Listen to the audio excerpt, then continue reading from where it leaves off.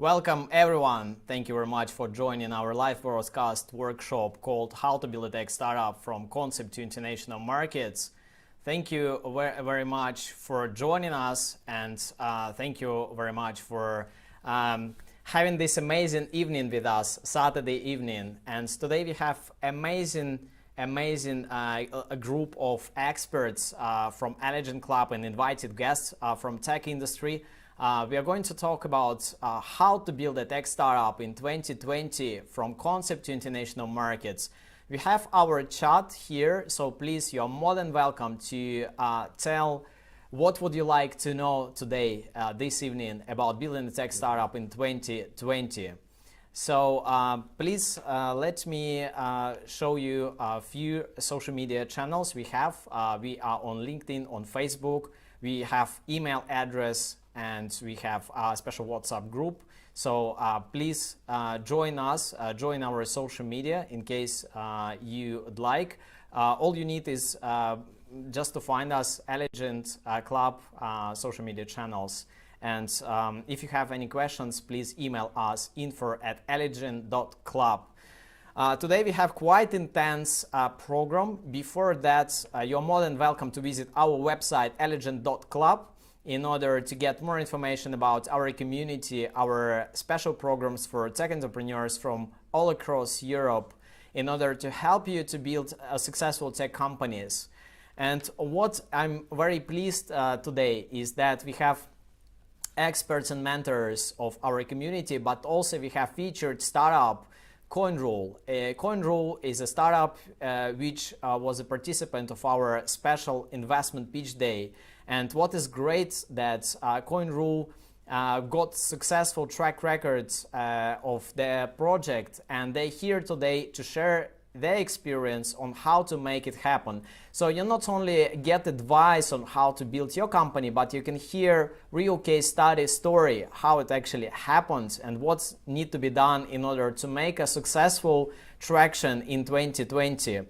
So please, again, one more time, feel free to chat and contribute to our discussion. So yes, I think you will be able to see it, our recording at Eligent Club YouTube channel. But again, the incentive for staying online today with us, because we have amazing team of experts who are giving real-time knowledge and real-time feedback on how to build your tech company. Let me show our plan. Today we will cover main topics about building a startup, from startup idea, team building, product development, up to marketing and sales, growth and expansion. A few points about startup investment and pitch, but what is more important, that we will have a special startup example, CoinRule, where again they will share their real explanation how to make a successful story happen in 2020 conditions. So one more time, in order to make the discussion relevant for all of our attendees, please chat in our special window and ask your question, and our experts online as well, so you can text them and they can give you the real-time feedback. So let me introduce myself. My name is Lau Branovsky. I'm the founder of Eligent Club community of tech entrepreneurs and startup founders from the UK and all across Europe. I'm an entrepreneur in residence of Brunel University London, a speaker and mentor at Heart Founders Lab. So please feel free to find me, and also find me on social media in order to ask your question, and I'm happy to follow up and have a discussion with you. Before we jump into real discussion, I just want to ask the question, and I believe you have that possible answer. Why do you want to run a tech startup? What is excitement about that? What is special you think is about this? Is it about making money, making some social impact, or maybe making disruption in certain industry? So please ask this question to yourself. And the reason why I'm asking that, because it's need to remember that building a tech company is quite tough journey. It's stressful, it's intense, and it's basically not the easiest way to make to earn money and become successful. So usually expectations are like that, and as you know that it feels like it's exciting process, there are so much fun. In reality, it's quite tough and challenging basically lifestyle, because you need to compromise on many conditions. It's so uncertain journey. And in order to discuss that, I have a special invited guest from London, Luca Cacciolati, a reader at Westminster Business School, London. So I would like to invite Luca and ask Luca to introduce yourself and tell us a few more words how Luca involved to tech startup community. Luca, good evening. Absolutely. Hi, Slava. First of all, thank you very much for inviting me for this interview. Definitely, I quickly introduce myself.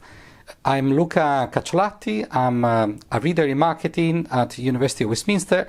I'm the director of a very innovative master program in entrepreneurship, innovation, and enterprise development, whereby students join the program with an idea and we help them launch the startup. And at the same time, I'm also the managing director of Kipos, a company that specializes in consulting and training.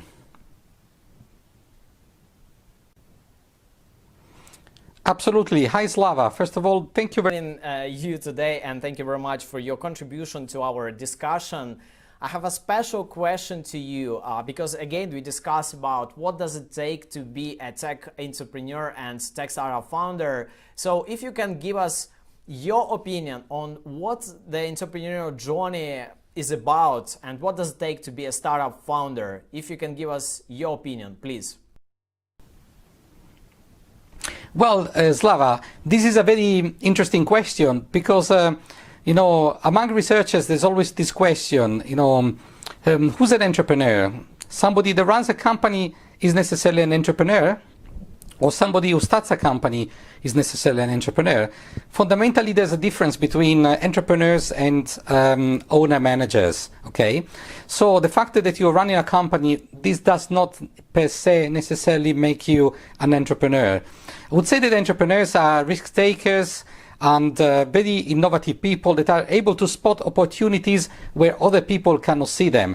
And entrepreneurs are really resilient people. Now, we have to say that lately it is quite, I would say, fashionable, you know, to talk about startups. And in the past, you know, a lot of people were searching for safe jobs in larger organizations or in the public administration. And in the past 10, 15 years, you know, entrepreneurship has kind of emerged as a dream job for a lot of people. And governments have been pushing entrepreneurship as an option for potential unemployment. So a lot of people, you know, especially young people, are more and more attracted to entrepreneurship. That said, we have to say that despite the beauty of seeing yourself as an entrepreneur running your own business, you know, having the joy of coming up with a product, pushing it on the market, and at the same time, you know, being your own boss, we have to say that reality is quite harsh, you know. Running a company, it's really a 24/7 job. And at the same time, you know, you have to cope with a lot of pressure, you know, and so many people depend on you. You know, you in premise, and then the people that are co-founders with you, and then your team, and to a certain extent, you know, your family, if you have a family that is depending on your income, and so on. So starting a company, it's not as straightforward as a lot of people think it is. And at the same time, you know, running a company, it is really a lot of effort. Luca, thank you very much for your contribution to our discussion regarding what does it take to be an entrepreneur and what this startup journey is about. But also, I would like to ask you the question about a startup idea, because it's very actually important to figure out where to take the good startup idea and how that idea is aligned to your lifetime journey, and where to get a good startup idea basically in this year, and how to make it right, because it's very important decision. Well, Slava, this is a very interesting question, and in fact I have to say something. As an academic, we really look at definitions or what we are studying, and quite often our first concern is to define what we're talking about. And I realize that a lot of people misuse a lot of words because they probably don't define them properly. I see a lot of people that perhaps much and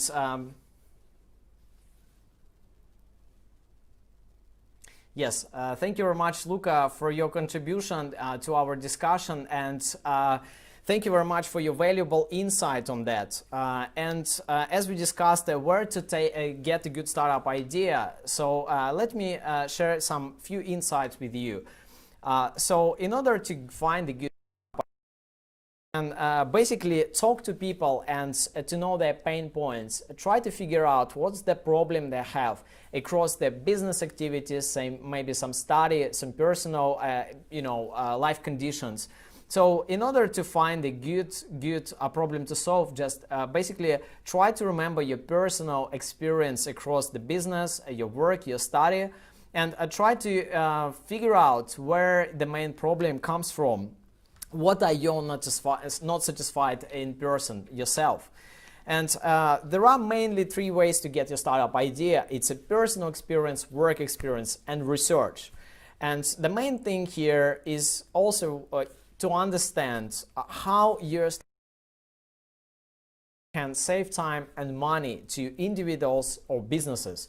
The reason why it's very important, because there are so many good ideas, but in reality, it's very complex to convert that startup idea into sustainable business. So what is important here is not only to think that your project can be very exciting, but also is important to understand that it needs to provide some value to your potential users or customers.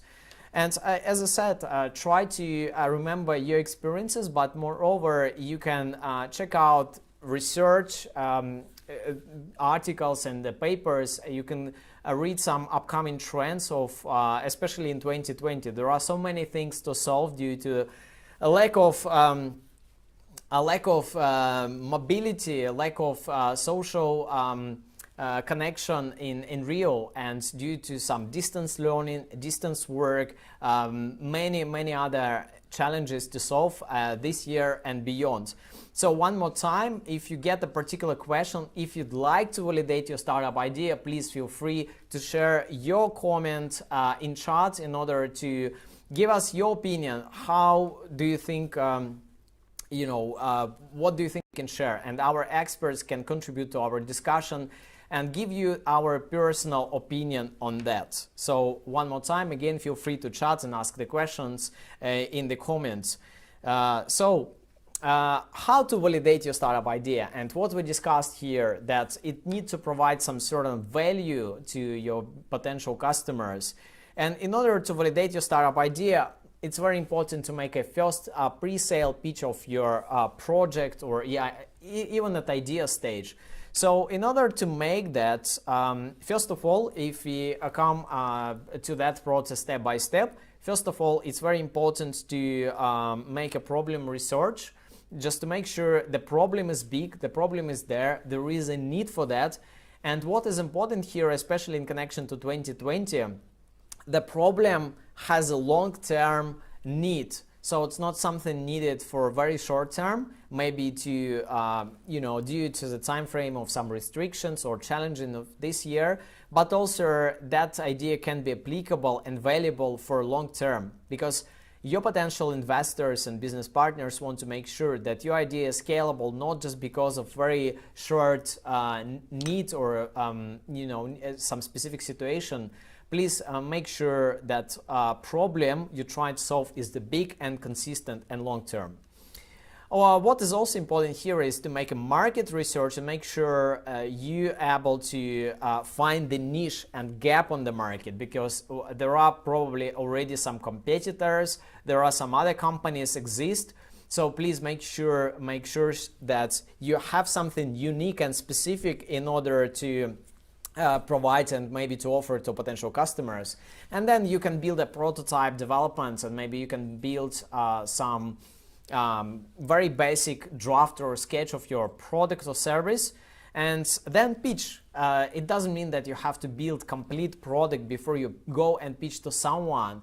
You basically can really talk to people, show them your potential, outcome of your work, maybe some draft and sketch, and please feel free to share. And what is also very important, there is a specific term called value proposition. So it's some kind of clear explanation what your product does in very clear and simple sentence. If you can explain what your product or service does in less than 30 seconds, that means you have a very clear and good value proposition.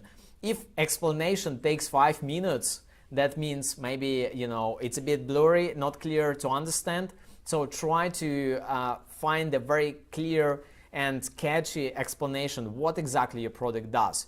And sometimes it's possible to reference some famous startups as example. Let's say Uber for trucks, Uber for specific local communities, Airbnb for, I don't know, virtual spaces. Anything comes to your mind, but it can very clearly explain what exactly your product does in very quick, short-term explanation. And one more time, please, here we are not to make some crazy exciting statements. Here we about just explain how to make the product development happen in the correct way. And that means please don't invest money into development before you talk to someone. If you don't have the customers yet, you can meet your potential mentors and advisors, and you can talk to them in order to make sure there is a value before actually putting any money into your product or service. So if we're coming back again to problem research, and I want to make a bit of stress on that, why it's important. The reason why it's important, because you can get very clear answer what exactly you're trying to build.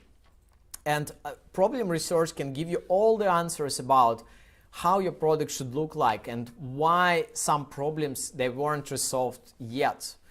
In order to make a problem research, you can go to, again, one more time, research papers, talk to academics, go to industry professionals and make that research by talking to experts and professionals in the space. One more option, you can go to and ask target audience, and also you can make a practical research. You can make a practical research and make sure you're able to test and see if the problem again exists, and maybe it's something need to be done. So please, it's very important to do. And just to give you our approach, if is going to be explained later on during our presentation. We have a special Eligent Accelerator program for early stage startups where we help companies and we have individuals to validate their startup ideas, to build a successful MVP products, and also to bring products and services to the market and help them with international expansion. And we have a special advertising video from one of our Eligent Club ambassadors, Christian Kroch, and he shares his experience about Eligent Accelerator program. Please take a look.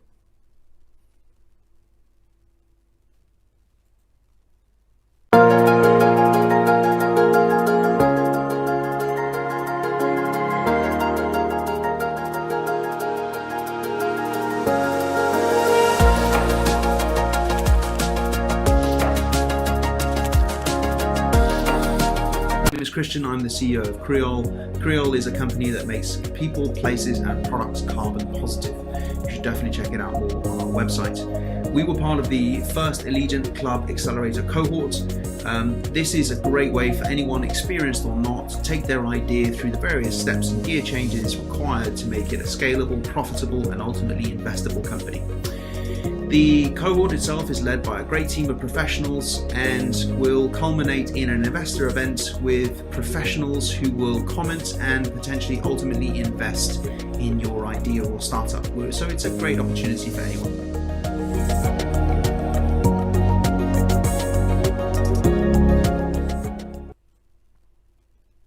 Welcome back to our discussion about building a tech startup. So we discuss about how to find a good startup idea, and as we discussed, it's very important to talk to mentors, experts, some people from the tech or industry specific community where you can get a real-time feedback about the problem you're trying to solve.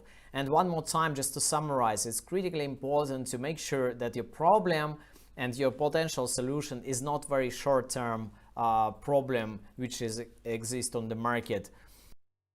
To solve a potential problem and get a good startup idea, you definitely need a good people to team up and work together. And it's for sure it's quite difficult to understand how to find a co-founder during these very tricky times and during the restrictions of traveling and maybe some social distances. And now I would like to invite our special expert of Eligent Club and Accelerator, Marco Poliafica. And Marco, I know that you're online already, and good evening, thank you very much for joining us. Please, if you can introduce yourself and tell us a few words about how do you work with startups. Welcome. Hi, Slava. Good evening, and thanks for having me on board. As a quick introduction, I work full-time in the clean tech space. I live there at the crossroad between financial and strategic modeling to optimize the performance of teams and decide which are the best investments in the clean tech space. And in terms of mentoring, I do provide advisory and mentoring services to startups of any type within any step of the life cycle. Thank you very much, Marco, for your introduction. And as we discussed today about building a tech startup, and also where we need to make sure that we need to find the right co-founder in order to make your successful startup journey. So my question to you, how during 2020, when we have these challenging times, to find a co-founder, how to make it online and how to make sure you meet the right one? Please, if you can share your opinion on that.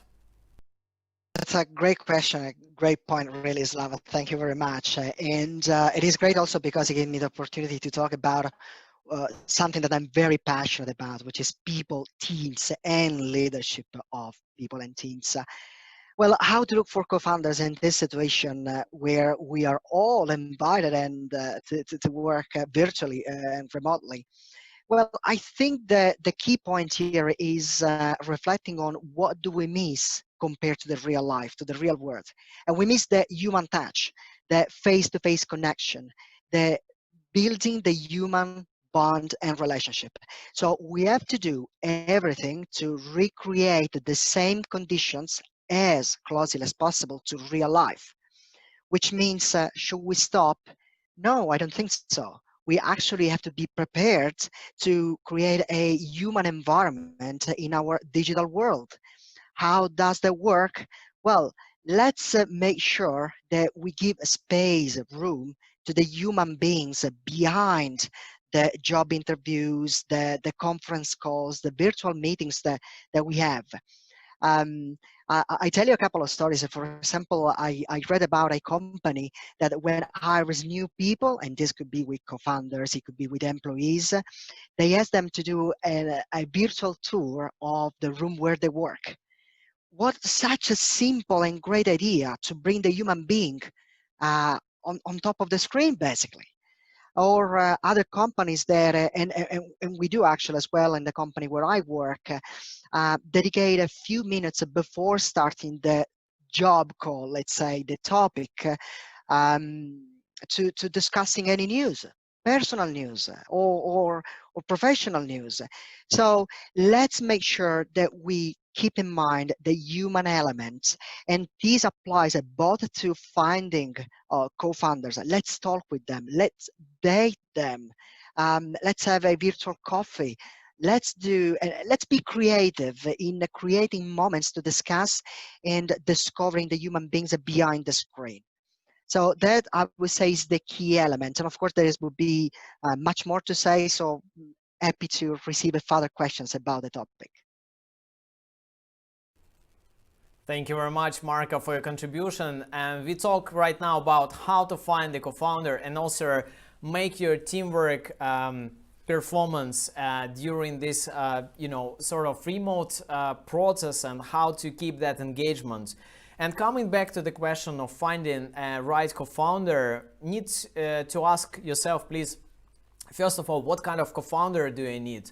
And if someone of you have a need to find a co-founder, please share your search during our comments, and please feel free to introduce yourself, share who you are, where you came from, and we will be able to help you with that. So in order to find a good co-founder, someone who will make actions and take responsibility for decisions. And what is good about 2020 is that it's a really good stress test in order to validate the teamwork in a virtual environment, in order to keep engagement and also make sure you're able to manage different tasks remotely.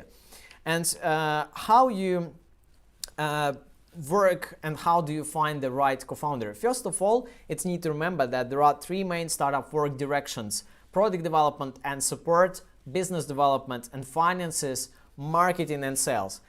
Please, before finding a right co-founder, please ask yourself which directions you want to cover and which directions maybe you're looking someone to cover on these particular directions.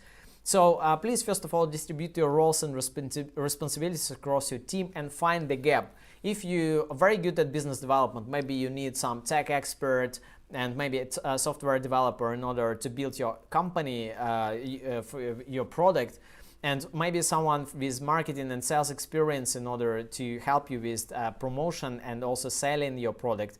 And for sure, one more time, in order to validate your startup idea, it's only can be done by real trial experience of work. And how to find a co-founder? And here is very important that you're not finding a co-founder, you attract a co-founder. That means every single time you come to any public space, you talk virtually or physically, you are an ambassador of your startup idea. So the people are attracted by you and they're really keen to work with you if they like you, if they like the way you work, and if they like your personality and your dedication to the project you're trying to build. So first of all, in order to build a good team, it's very important to know what is your skill set and what kind of people you're looking for. And here there is a small chart and how to create a target profile of potential co-founder candidate. So please write down the roles and responsibilities, what skills and expertise candidate should have, and also potential terms and conditions. Are you looking for someone on equity basis or on paid basis, part-time, full-time, remotely, or maybe office? Oh, for sure, it's a bit tricky right now, but still, what is your main style of work? Do you prefer to work mainly remotely, or you need that physical presence of someone working with you? And for sure, one of the key questions you need to ask to potential candidate: why do you want to join a startup? And I think this why is most important question to ask, because if you are not aligned in terms of your mission and vision, in terms of your life goals, there is no point to team up, because you probably realize sooner or later that it's simply not right person or people to work with. And in order to find the good people, you can check out your personal network, clients, experienced professionals, communities like Eligent Club or Eligent Accelerator, some university events and also communities. And please find the top leaders in the industry and try to build maybe some potential collaboration, or maybe at least ask for advice try to team up and talk to these people, or maybe ask for mentorship. And luckily today we have super experienced people, our stars of the evening. And again, feel free to share your social media details, information about yourself. And these people are keen to help inspiring talents and very dedicated professionals to make your successful startup happen. And there are many places where you can go and find a potential co-founder, virtual and physical events, Slash Web Summit, Idea Lab, Angel List, Eligent Accelerator, Startup Weekends, and many more activities. You can find the potential founders to join. And in order, as I said before, in order to validate your startup team, please make sure you have some trial, you have some validation of your common work. And this trial should be very simple, step by step, starting from maybe 1 week of working together and see how do you work. If you see the good track record of completion of tasks, if it's going well, the communication flow is sleek and also with no issues. And then only if you see some good outcome of this trial, then you can come and make a conclusion about equity structure, about some terms and conditions, how to make it work. So one more time, please feel free to ask questions about building a tech company or building a team.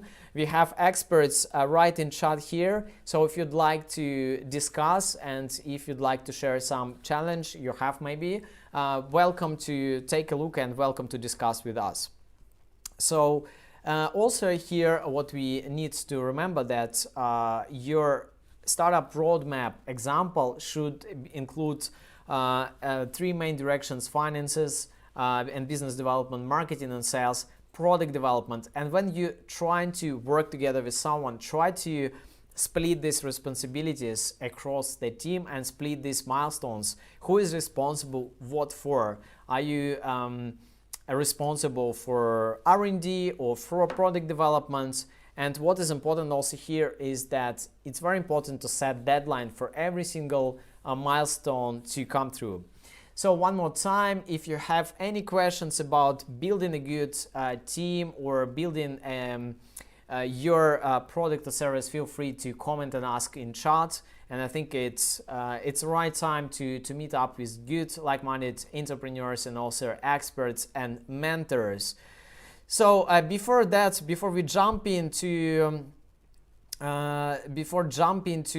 that following discussion, what we are having here, a special recording from our mentor of Eligent Club and Accelerator.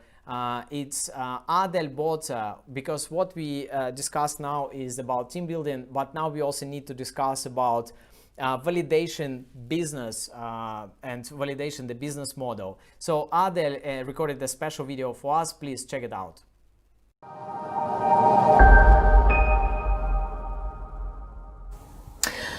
Hi, I'm Adele Botha, Managing Director of Strate Consulting, Healthcare IT Consultant, Business Innovation and Mindset Coach, as well as Startup Advisor, Mentor and Judge. So it should come as no surprise if I share with you that my mentorship style is very much a holistic yet systematic approach. So I want to share with you the key areas that I would focus on when it comes to mentoring startups. The first is validating your business idea. The second key area is developing a minimal viable product. The third key area, and this is an area that I'm extremely passionate about, is how to build a customer-funded business model. And then the fourth key area is scalability and commercialization. You see, you need to understand what are the key trends, what are the market forces, what are the industry forces, what are the macroeconomic factors at play to be able to identify the opportunities, the potential threats, as well as the constraints that you need to maneuver within to innovate. Because this will allow you to build a sustainable yet scalable business model. Take care.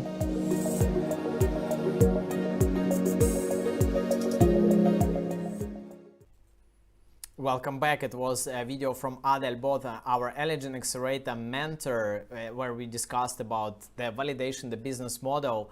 And now we have a special invited guest joining us tonight, Giancarlo Alvarez. Alvarez is here already. And Giancarlo, thank you very much for joining us tonight. Please, if you can introduce yourself and tell us a few words about yourself, your expertise, and how to work with startups. Welcome. Much for that introduction, Slava. Well, it's a pleasure to be here today. My name is Giancarlo Graver, and I'm a junior business advisor at Storset Holding, who I'm representing here today. To get things started, I have been a very international person ever since I was born to a Swiss father and a Swiss mother, growing up in Mexico, living for a while in Switzerland, and finally moving into London to pursue my business studies. And it's actually there where I found my passion for the world of entrepreneurship and for understanding the different avenues of growth that startups, ideas, and regular businesses go through to become what they have to become, not that what they want to become, because there's a big difference in that.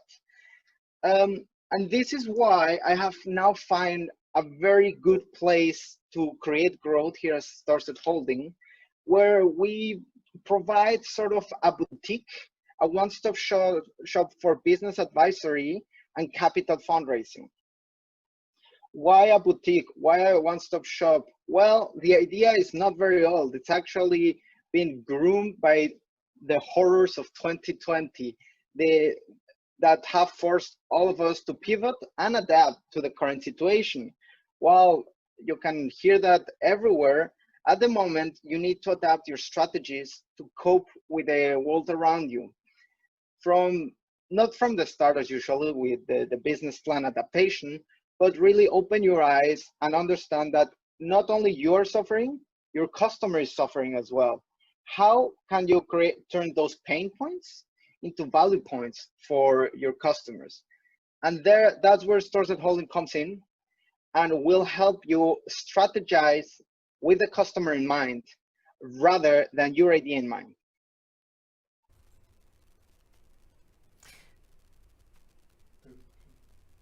Giancarlo, thank you very much for your introduction. And now I have a special question to you as we discuss about startup idea validation and also validation of business model, and which is very important. What makes difference between just a startup project and also successful business and company. So my question to you, how to validate business model and how to find a good business model, especially in 2020 conditions, please. That's a great question. Well, the first thing I learned in business school is that there's way too many ideas out there and too little people to effectuate them, to actually turn them from idea into action. That's why you have to focus on, from a very early stage, getting someone that focuses only on business. Because as a founder, as an owner of the idea, you have a project at the moment which is your baby, and no one will understand it better than yourself. That is your first problem. You will defend this to death. You will always be trying to come up with a reason why everyone needs your service or product and why it is such a good thing for it to be in the world. What you're not seeing is your customer. What does your customer think you are? How do they perceive you? What's their customer journey when they interact with your brand or with your product or service? One of the most important things to think of in the very early stage is called in business the generic growth strategies, differentiation or cost leadership. What do I mean by cost leadership is, are you gonna be able to provide the same service that someone else is providing at a lower cost? Are you gonna be a cost leader and thus transfer that onto your users? Or are you gonna go for a differentiation strategy that may incur a premium to your product, that may incur a business model that requires more loyalty on the long term, but you're special, you add value that is non-existent out there. And this goes hand in hand, once again, with your customer journey management. The old model for customer journey management is consistent of only 4 steps: awareness, consideration, evaluation of what is being offered to you, and purchase. Nowadays, we are much more malleable. We're much more flexible. Our customers are no longer being marketed at, but they are part of the marketing strategy. You need to add 3 new steps. Enjoyment. What kind of emotions are you eliciting in your customer? Advocate. We know that everyone wants to be an influencer nowadays, but are you giving them the proper message for them to pass on? Or are you expecting them to come up with their own message? That is a dangerous thing, and that is something to consider from the early stages in the startup. How can it go wrong? How can people misunderstand you and still carry on your good message? This is what creates a bond. And at the early stages of the ideation and the first baby steps into the development of either your app or your website or your software, you need to think of the customer. You need to take their feelings into account. Thank you very much, Giancarlo, for your contribution and discussion about how to find a good business model for a startup. And let me remind you something, that it's very important to remember that technology is a tool to solve a problem, but not a tool to make business. So in order to make your tech company successful, it's need to find that good business model. And before we jump into that possibilities, and before we jump into making that discussion about, what the options are, it's need to remember that you still need to find the problem and some people willing to pay for your product and service. And when we talk to people, we still are having 2 mainly categories when we deal with some product and service sales, B2B sector or B2C. What is important to know here, that B2B sector is always a bit more easy to go. The reason why, because many industry related problems. It also can be profitable from day one, from first sale, and it can has less marketing expenses. The reason why, because you can reach some people, some organizations with the particular problems much more easy and quicker, and less competition, because you need to have a certain expertise in the field in order to provide some relevant solution. And what is also need to remember for sure, that B2B sector has a longer sales process. It has a limited scalability at some industries and certain markets, and also it depends on professional network of your team and maybe your personal professional network.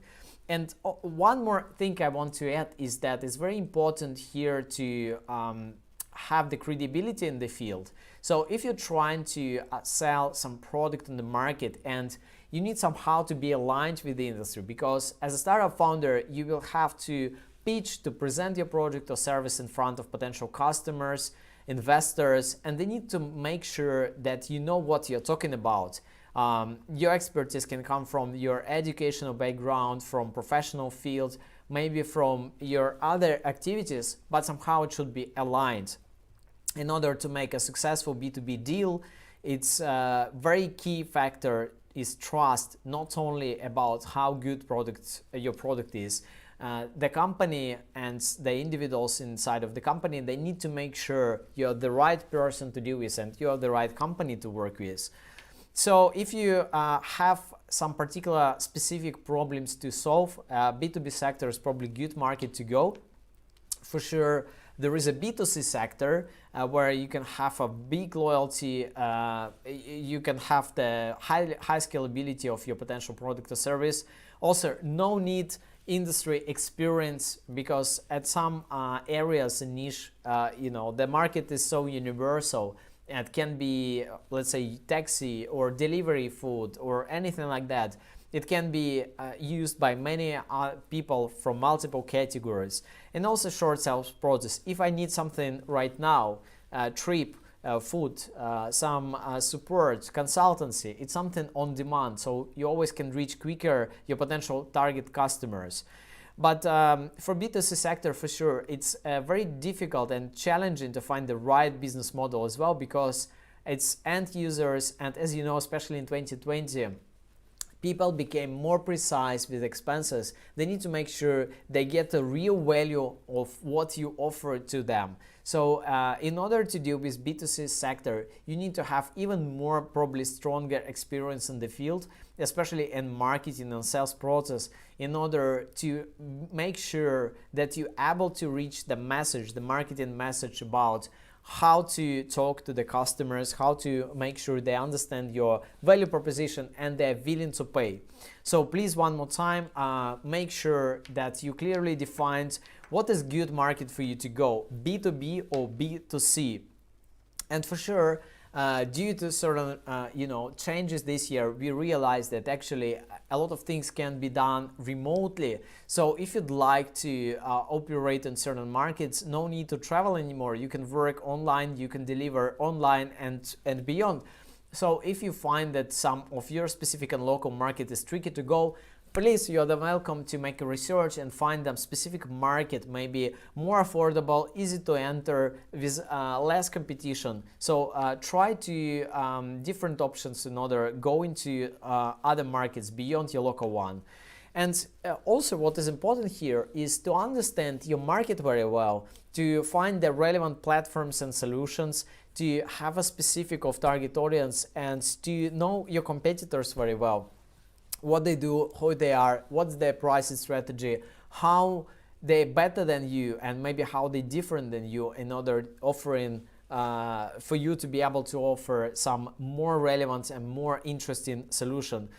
And what is very common case, especially for B2B sector, that market size should be big enough to scale up your startup. So if you have very niche, very specific product, maybe there is a very limited target audience for your potential sale scalability. So please make sure and please check out how many potential customers you can get at certain market in order to invest your time.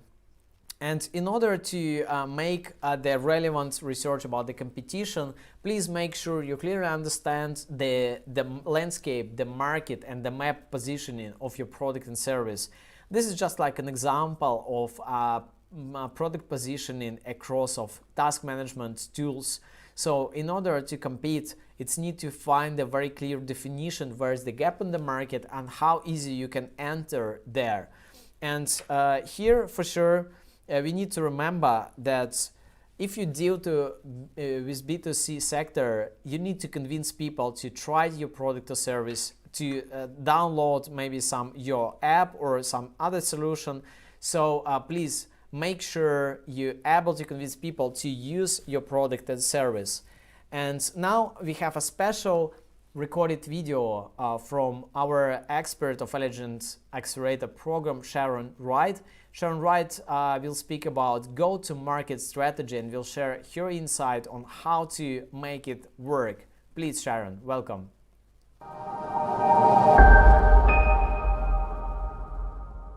Hi, I'm Sharon Wright from Nurture Consultants, and I want to give you 3 key areas to focus on as part of a good go-to-market strategy. Number 1, know your market size, and crucially, know how much it's worth. These figures will help support the financial projections that you've put in as part of your business plan. Number 2, understand your competitors. It's really crucial to know where your value proposition sits within your market landscape.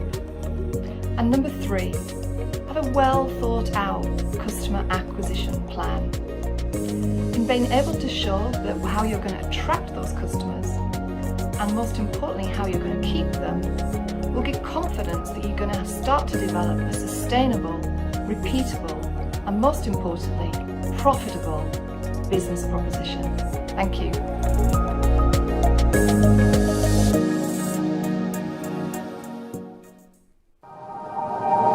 Welcome back. We talk about go-to-market strategy and how to be able to convince people to try your product and service, and also find a good business model for your product and service. And we have multiple business model business models available. So for example, let's take a look.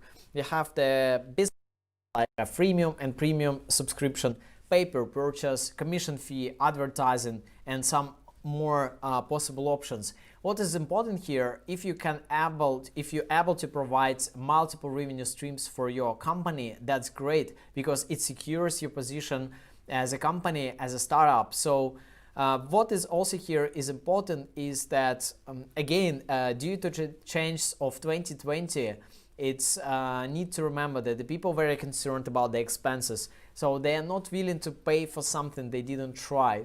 So they really want to get some test trials, some possibility to see how it's relevant for their needs.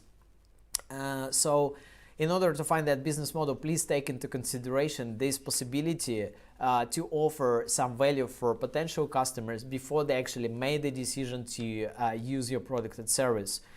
And if you speak about increase the profitability and how to also survive due to the 2020 challenges, especially for companies who are already established, it's very important, if you got already some customers for your product or service, it's important to keep your relationship going with the existing ones and make sure they are satisfied, and maybe you can offer them some extra services, extra products, so your existing customers basically can be a saving wheel for some challenging times.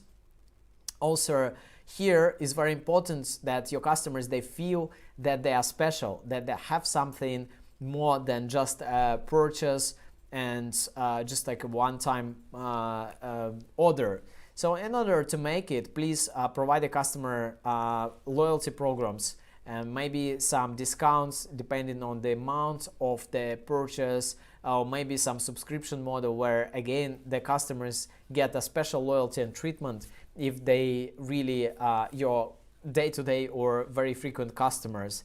Also, referral program, if you can build your sales model based on recommendations and referrals, that's very important, because the people willing to offer something they really like and love, and if you're able to build that loyalty to your existing and potential customers, that's amazing. So bonus to new and existing customers can be the good incentive to try your product and service.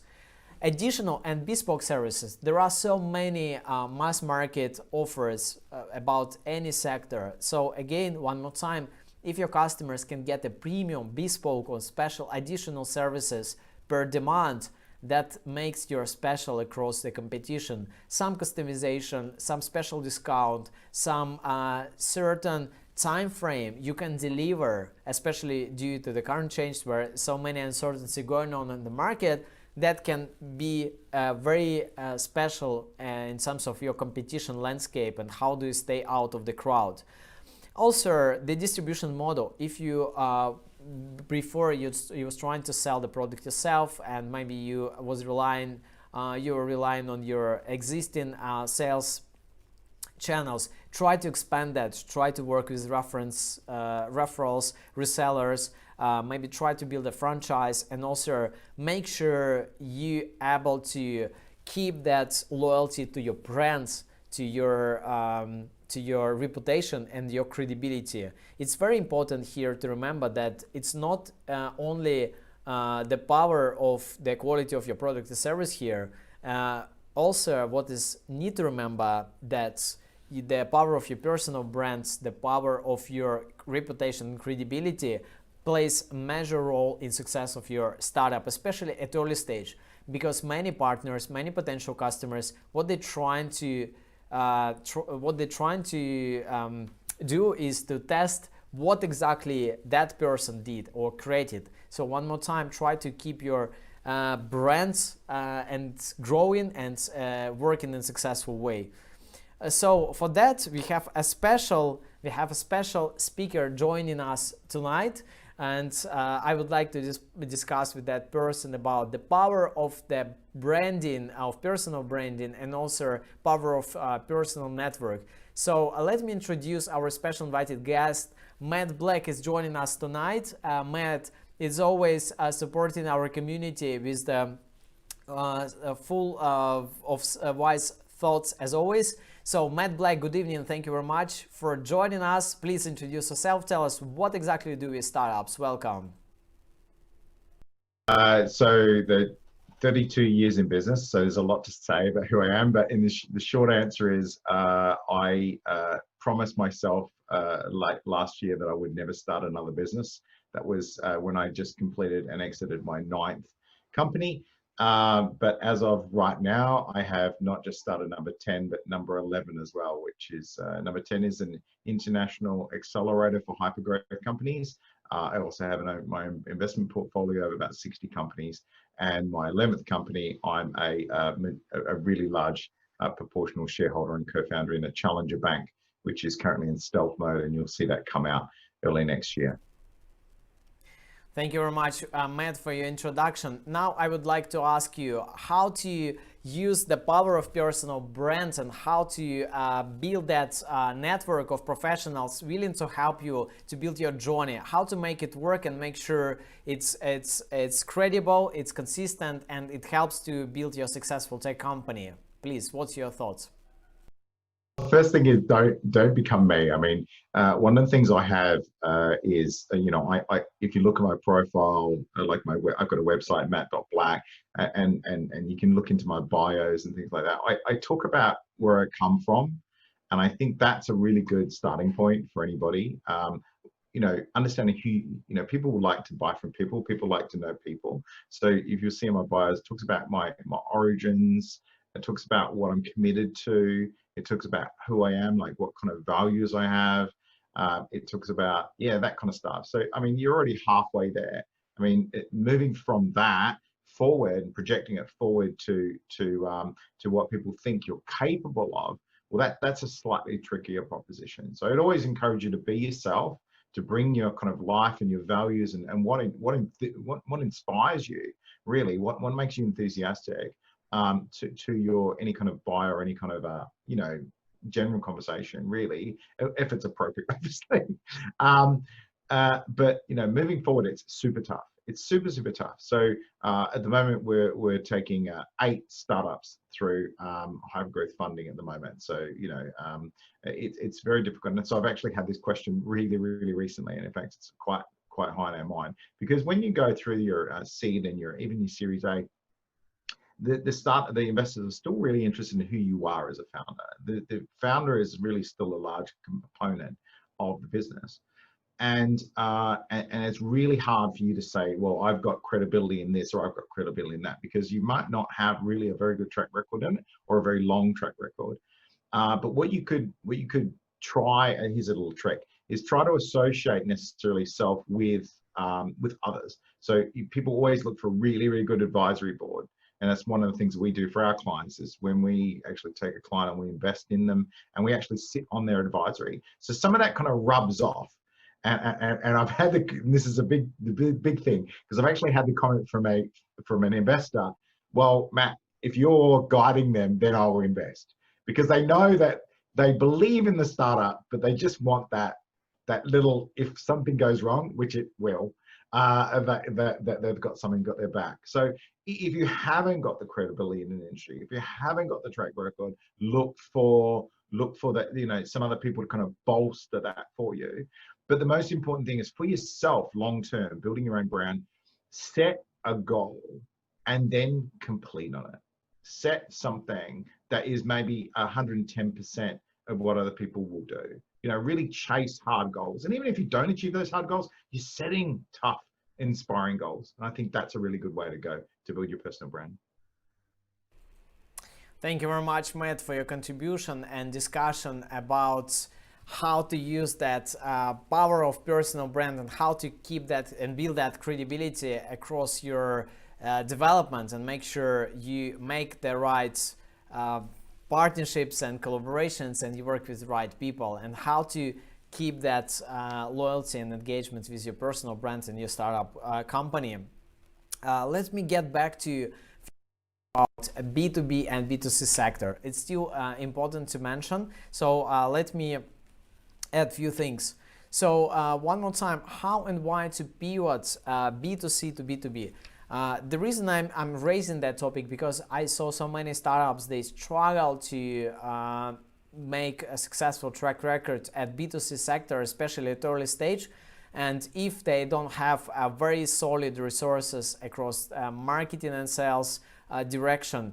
So it doesn't mean that the B2C sector is very challenging and, let's say, impossible. Yes, it's possible, but what you can do, you can make a very smart move and probably pivot your B2C startup into the B2B sector, and then since you build your awareness and the credibility and loyalty across your potential and target and existing customers, then you can get back to a B2C sector with wider audience and wider coverage of your startup.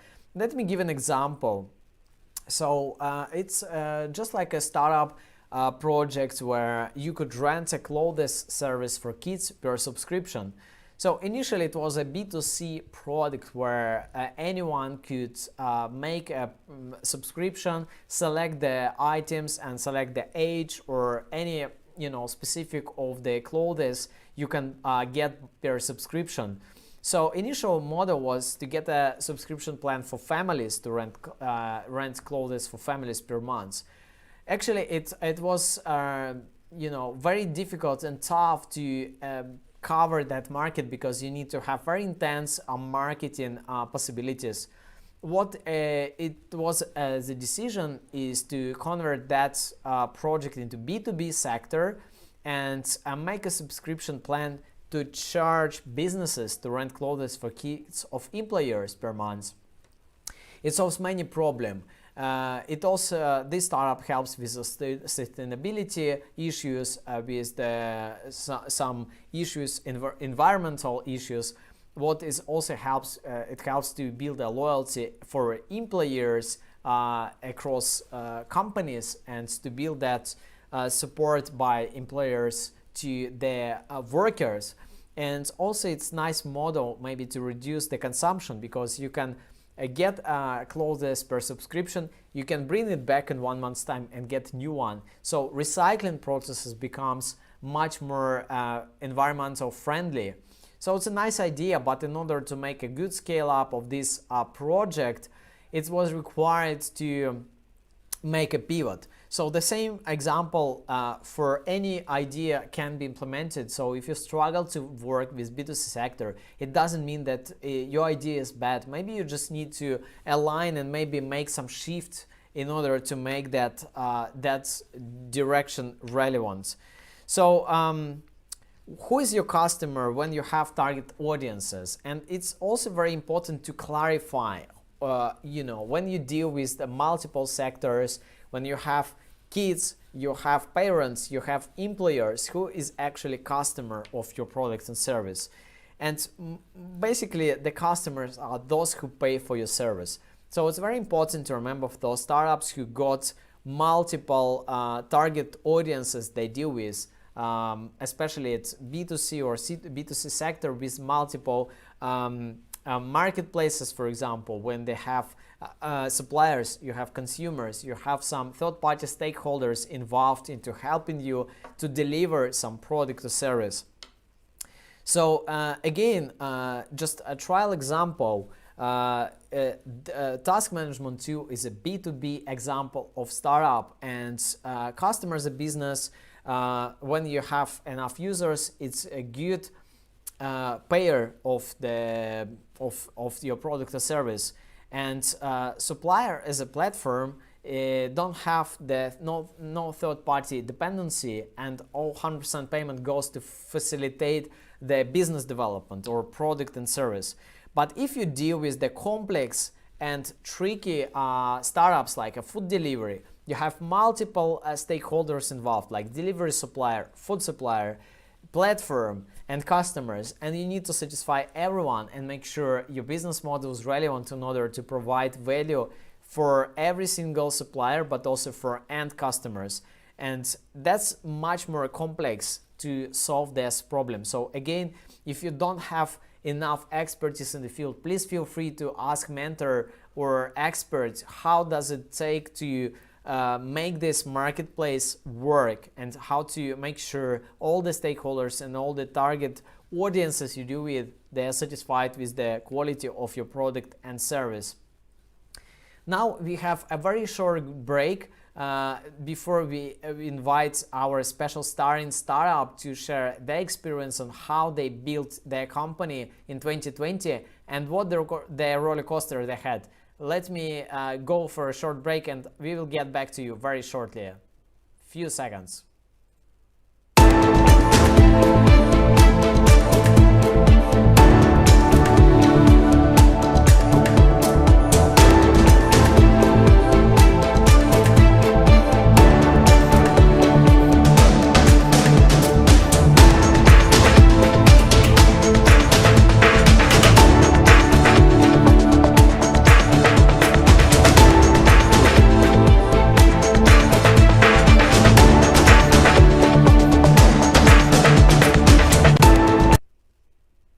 Right, welcome back. We had just a quick short break, and now we would like to invite our special star in startup CoinRule with the two co-founders, Gabriel and Oleg. Gabriel and Oleg met a few years ago and built successful company in fintech space. And what I would like to ask Gabriel and Oleg is basically to introduce themselves. And first of all, Gabriel, and also introduce what the startup is about. Gabriel, good evening. Thank you very much for joining. Please welcome and introduce yourself. I'm like a design-driven entrepreneur. So my background is mostly in user experience and product management, having worked for many years in innovation labs of several banks, so HSBC, UBS, and Lloyds Banking Group in London. Prior to that, I was in Finland and also in Boston at the MIT. And then, like back in the days, when was it? Like 4 years ago, me, Oleg, and Janek, we were part of the same accelerator in London, and that's where we met. And then we started CoinRule. So we had each of us at different companies, but then we just decided to stop them and to work together. Around this idea that came out of a brainstorming between me and Oleg. Thank you very much, Gabriel, for your introduction. And I have a question to you. How was 2020 for your startup? And a few words about your startup and also what's going on this year. How did you manage to come through these challenging times? Tell us a few words. Oleg, please. Helps users to catch market opportunities. It's a platform that helps beginners and intermediate traders to automate their strategies, which then run on third-party trading platforms. And yeah, just maybe to expand a bit more. So the core mission we are on is to help democratize the access to investment opportunities. So today, if you are investing or trading in financial markets, you are actually competing with bots, with hedge funds, with professional advanced traders. Up to 90% of the market is in fact controlled by algorithmic trading. And the regular people, millennial investors, or people who are less familiar with such markets, find it very hard to be able to compete. And what we do with CoinRule is we actually build the tools that make advanced trading available and accessible to people who would not normally be able to access such tools. That's really what we are passionate about in this space. Oleg, thank you very much for introduction of CoinRule. Can you tell us a bit more about yourself? Also, if you can introduce your background and also tell a story about 2020. Everyone is concerned how this year looks like for tech startups and how it was for you. На паузу нажми.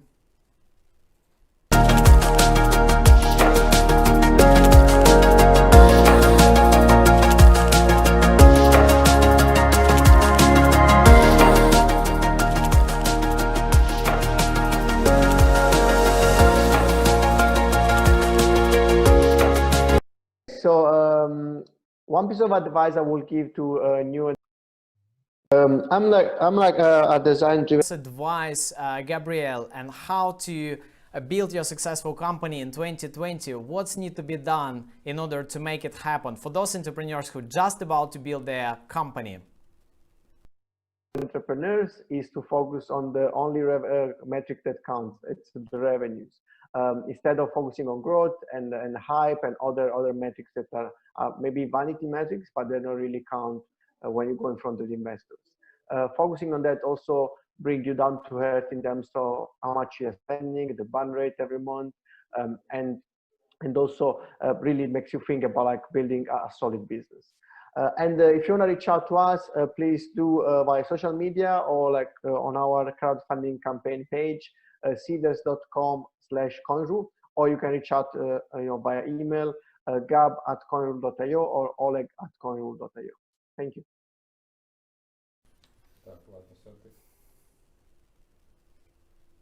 Thank you very much, Gabriel. It was Gabriel from CoinRule Startup, and this year actually they did a successful track record. Oleg and Gabriel, they pitched their startup at our Eligent Accelerator in May, and they successfully fundraised already, and now they get a special campaign at Seeders in order to fundraise their next chunk of round. So if you're interested, feel free to take a look at their link. They on our page, CoinRule Startup, Gabriel Musella and Oleg Giberstein. So thank you very much, guys, for joining us and also sharing your insights on how you made it this year.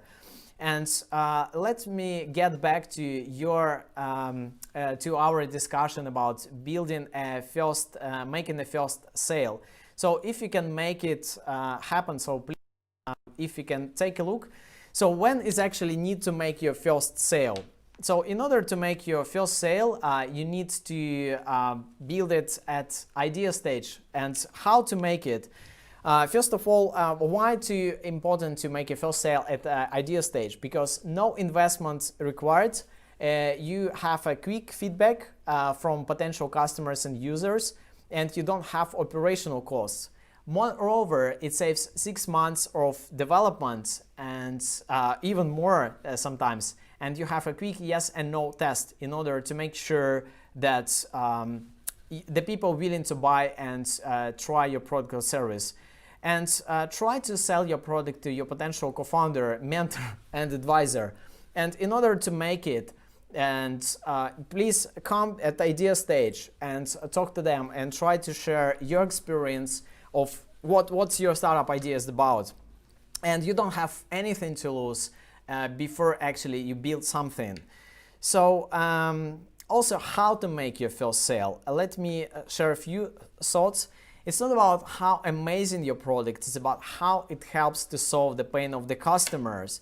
And in order to know that, for sure, you need to know much more about the customers and their pain points. And in order to make a sales process effective, for sure, it's really important to create a sustainable process of sales. For example, to work out the pricing strategy, channel selection, advertising campaign, process and tools. Also, your sales process should include channel selection, campaign running, leads engagements, and including CRM tools and sales. So in order to deal with your potential and existing deals and customers, for sure it's need to track the sales process via some CRM tools and to keep the customer engagement with feedback and testimonials. And moreover, in order to track your sales process, it's really important to have targets evaluation weekly, monthly, and quarterly by using some certain KPI tools, especially in analytics. These tools can be provided via some CRM softwares, but also you can use some Google Analytic tools and also social media tools in terms of analytics, where you can get real-time understanding how to make it work. And in terms of sales channel, you definitely now this year you have to make a lot of sales process online, and for sure there are multiple things you can do via online channels, like having own platforms, third-party platforms like aggregators or e-commerce stores. Also, you can use online advertising streams and platforms in order to make it. Definitely social networks, but what is for sure is important to remember that social networks advertising is becoming much more commercial, that you need to have certain investment of time and money in order to make it successful. So if you just post some social media information or a social media post, it's still probably not gonna help you much, especially at early stage. You need to build the brand awareness, you need to build a track record of what's going on, and you also need to keep that engagement with your potential customers. So please try to make sure your product or service can be found via search engine, and it can be easily visible at some keyword requests across your social engine requests. So if you're not quite sure, or if you already built some website or product or service page, please try to Google and see how it's actually easy to find information about your product and service. That's pretty much it. For sure, there are multiple digital sales tools like emails, MailChimp, campaigns, some promotions, special discounts to your loyal community. And also, as I said before, you can have digital CRM tools to track that. And also, please make sure you have some certain traffic analytic tools in order to track these customer journeys, how do they visit your website, what they engage to you, and what they like across your sections on the websites and some social media places. And just to kind of summarize how to make your first sale, if you're just about to build your first version of product and service, please express your energy, please focus on problem solving, and listen the feedback, which is very important, because maybe your product is not 100% aligned to what your customer need, but at the same time you can see if you can adopt and make your product or service a bit more flexible in order to provide some value for your customers. And then for sure, if you are trying to showcase your product and service at idea stage, your main question, if the customers, potential customers, are willing to see the MVP, if they're willing to see the trial of your product. So that's why please ask this question and see what's the outcome.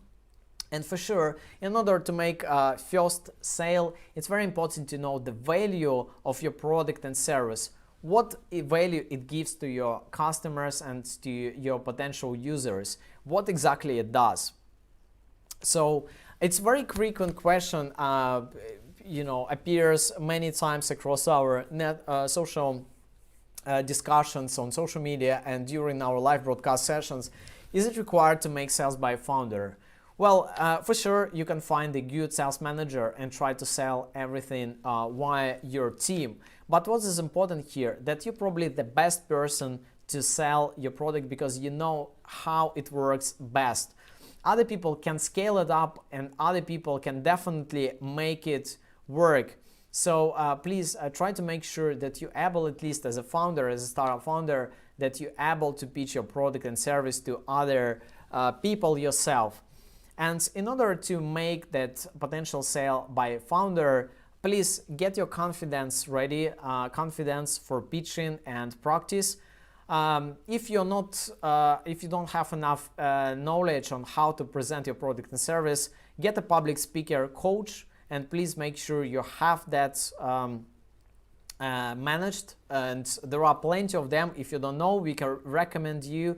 Please comment and chat if you have any questions, any discussions about that. Please also be honest. Be honest with your audience, with your potential customers. They don't like the approach when you maybe pretend that your product is better than it is. And also know your strong points, know what is your USP and what is the key features you can provide to your potential customers. And again, one more time, ideally founders should be able to sell own product. Otherwise, it's tricky to scale up your business if you're not able to sell your product to anyone yourself as a startup founder. And again, why people close deals with you, and especially at early stage, it's really important to remember that closing deals with you, it's about the trust and credibility, what we discussed today before with Matt Black. It's about personal power, personal brand, and your network. So, and the reason why people close deals with startup founders at early stage, because they trust you and they trust to your expertise in the field. And now I would like to introduce our special invited guest to join our session today. It's Christine Fallow from Germany, from Hamburg.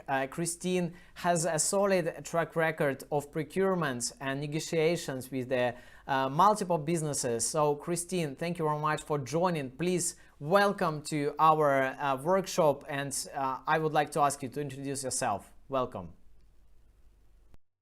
Well, my name is Christine Fallow, and my background is strategic procurement. Strategic procurement in different global corporations, and I've been dealing with a lot of innovative companies over the years who wanted to sell products to these companies. And these companies were really big global corporations like Henkel, Nivea, or Villeroy & Boch. And so I can tell startups exactly what these kind of companies want to see and hear, and what how to impress them. And that's what you want to do, because you develop a product which you want to sell eventually to such kind of companies. Christine, thank you very much for your introduction. It's a pleasure to have you as always. And what is important for early stage companies is to be able to sell products to potential companies, to potential customers. What is difficult is to get that confidence and to know how to make this first meeting with potential customer in order to make maybe potential sale. What are the skills, or maybe what's the knowledge need to be in place in order to make this potential meeting with potential customer happen in a good way, in successful way? What's your thoughts? Question, yes.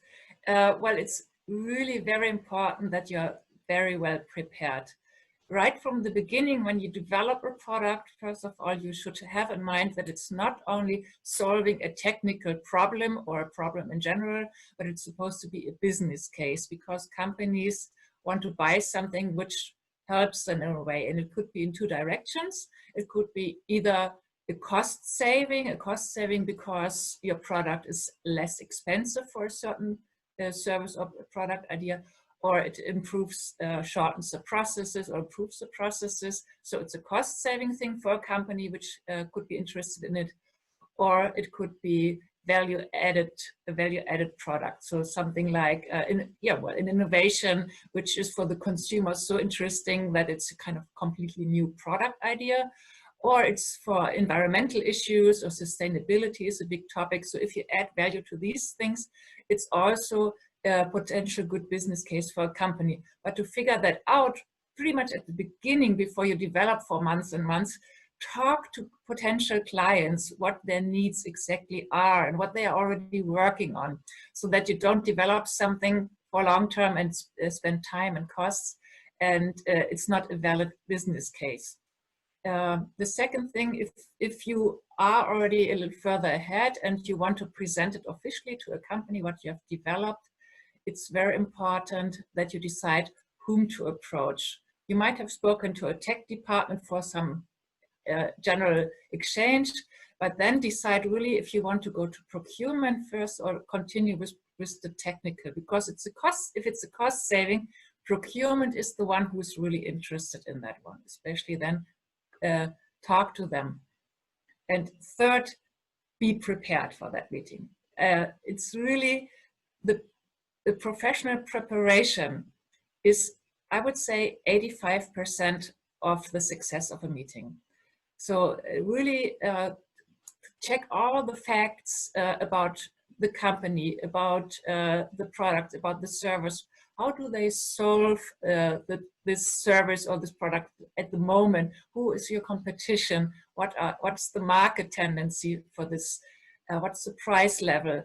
So, and I have, of course, all your business figures hands. I mean, know them, know everything in and out. Define your goal. Second thing, don't forget, define your goal. What do you want to reach there? Where is the price or the conditions which you want to have? Which quantities do you want to sell? What's your limit? When do you start to say no? Very, very important to know. Third, calculate prior to the meeting how to reach your goal. Calculate different scenarios with price a little higher. Maybe you can do very good terms of payment, Or is it in Ex Works or free delivered?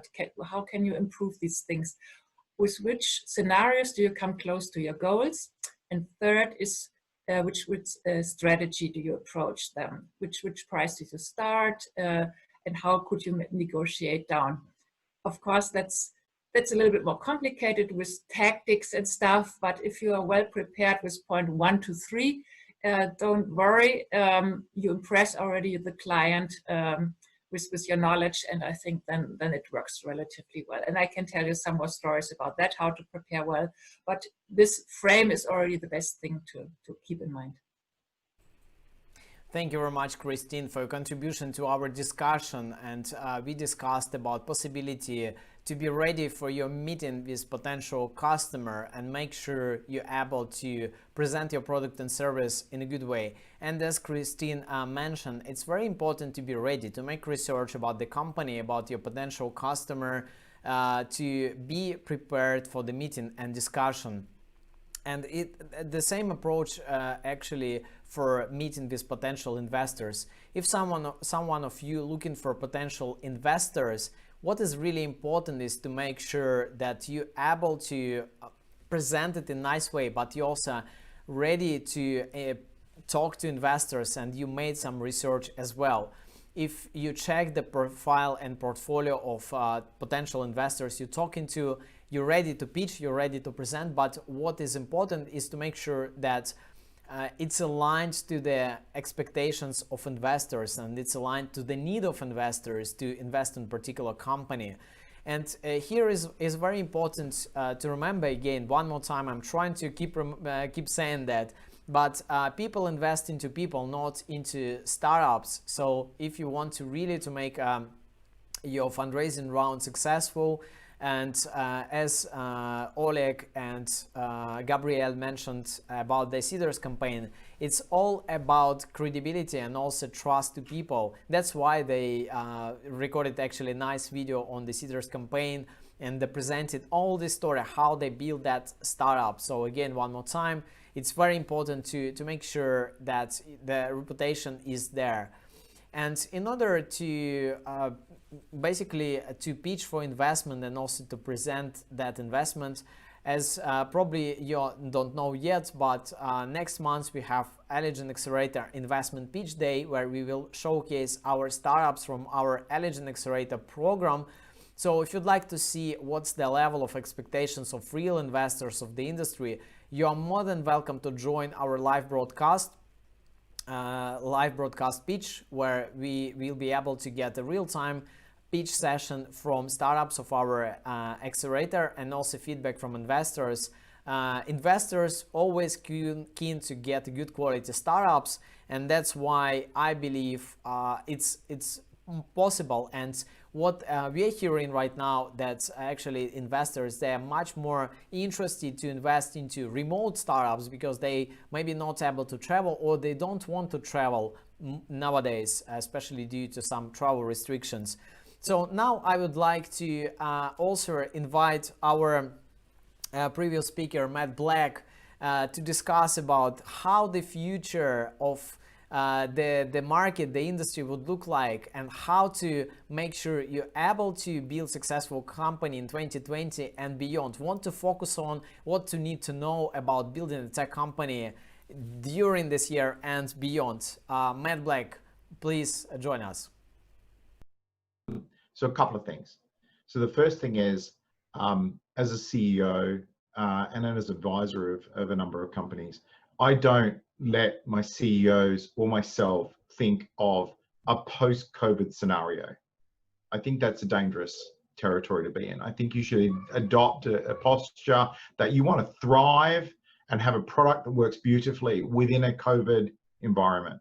Because if it doesn't, counting on things that are beyond your control is a recipe for disaster. Wishing that somebody else would do something and then you'll be rich or then you'll be successful is a recipe for disaster. So work out your business model that fits within the current and future projections of the market.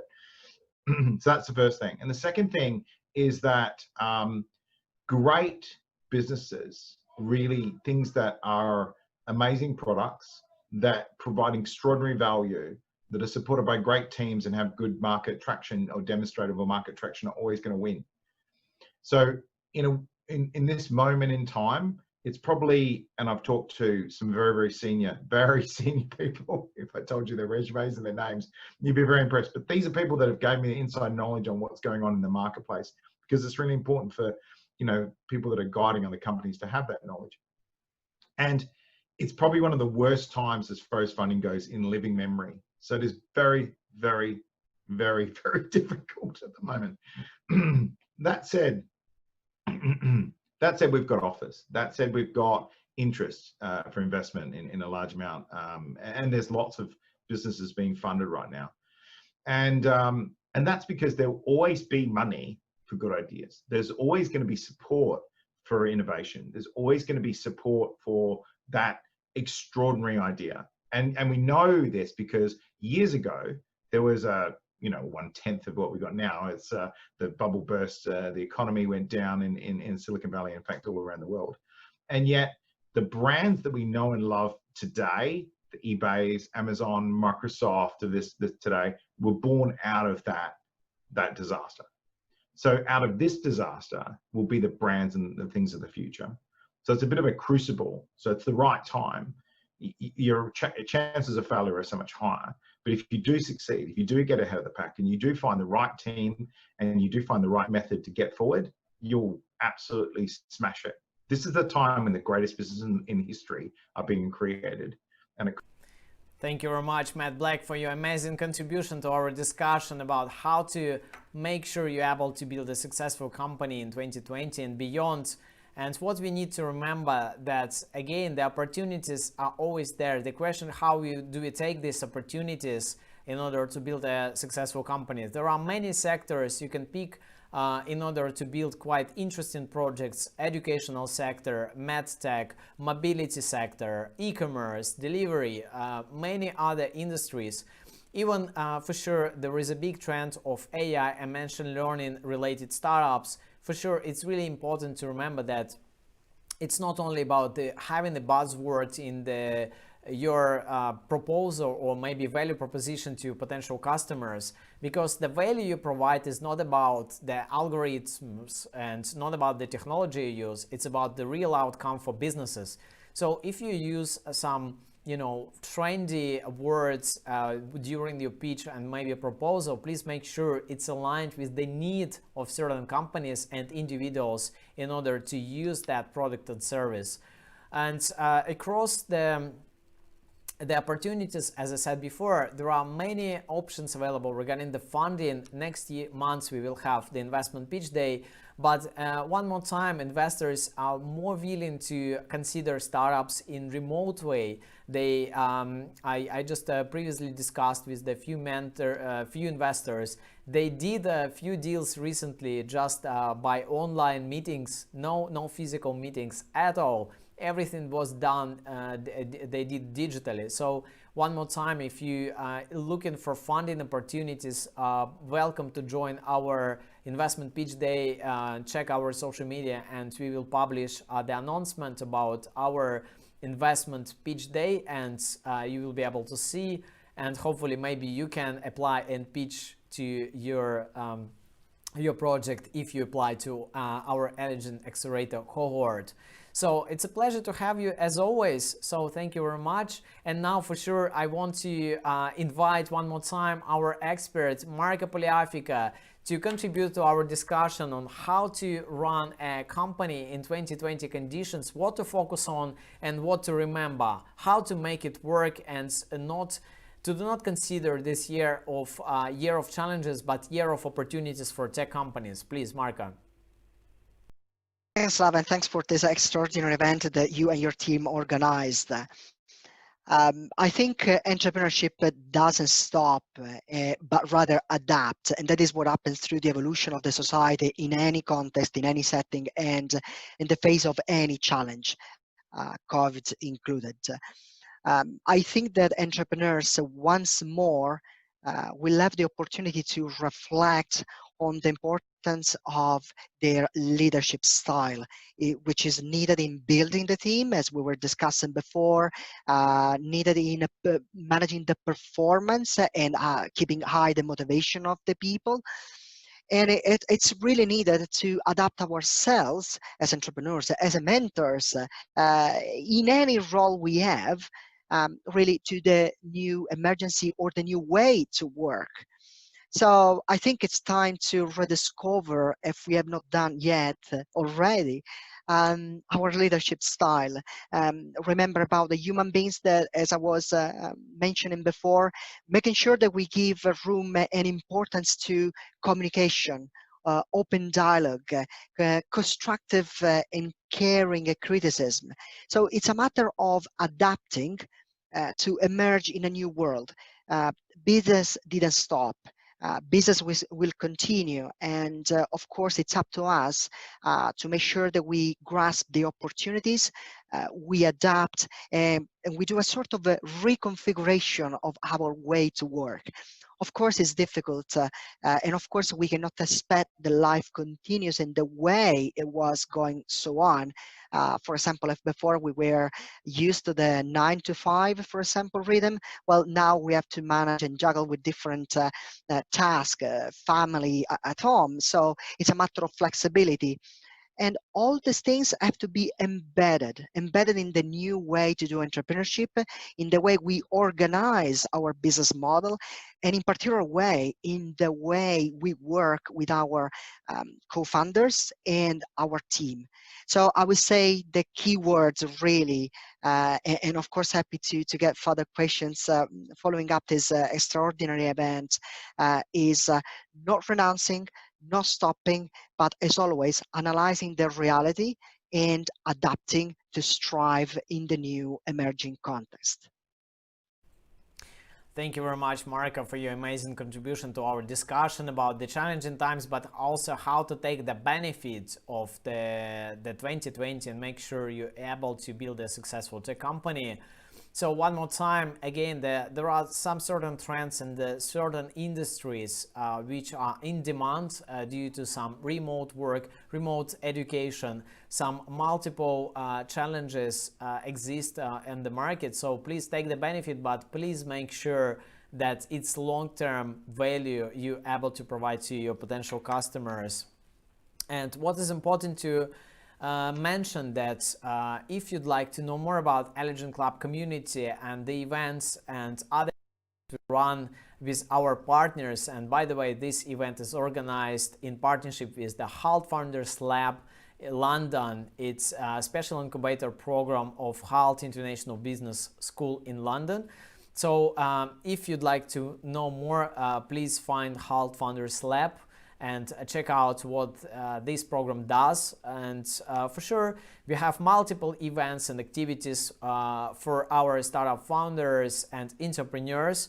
And if you really are interested to work on some digital tech startup and planning to develop and scale up your business, please join our community. Don't make it alone. Join us to make it together. And we have a special 6-month program for early stage tech companies in order to make this successful journey happen. One more time, if you have some more questions to ask, please feel free to email us. We are very welcome to have that discussion. And if you get any questions, feel free to ask in chat. We are happy to cover any questions we didn't cover, because we have such a comprehensive discussion today about the different topics from marketing and sales perspective, from pitching to finding the right business model and idea. So if you get any question, feel free to comment. We will see it in the chat and we will be able to answer it. So please welcome to ask a question. And feel free to share the social media. And also what is important, that we will have a special networking session right after the live broadcast. So if you'd like to network, to socialize, to exchange your comments, your ideas, welcome to our Zoom discussion right after live broadcast. So thank you very much for joining. Feel free to use in few minutes at just 8 o'clock London time. We will meet up in our Zoom discussion. So Eligent.tv OCT20 for networking. So join us to network, to discuss, to exchange ideas.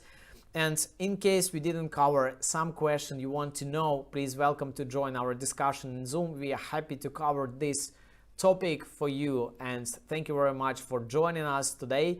We have how to build a tech startup from concept to international markets, a live broadcast workshop with our invited guests and experts.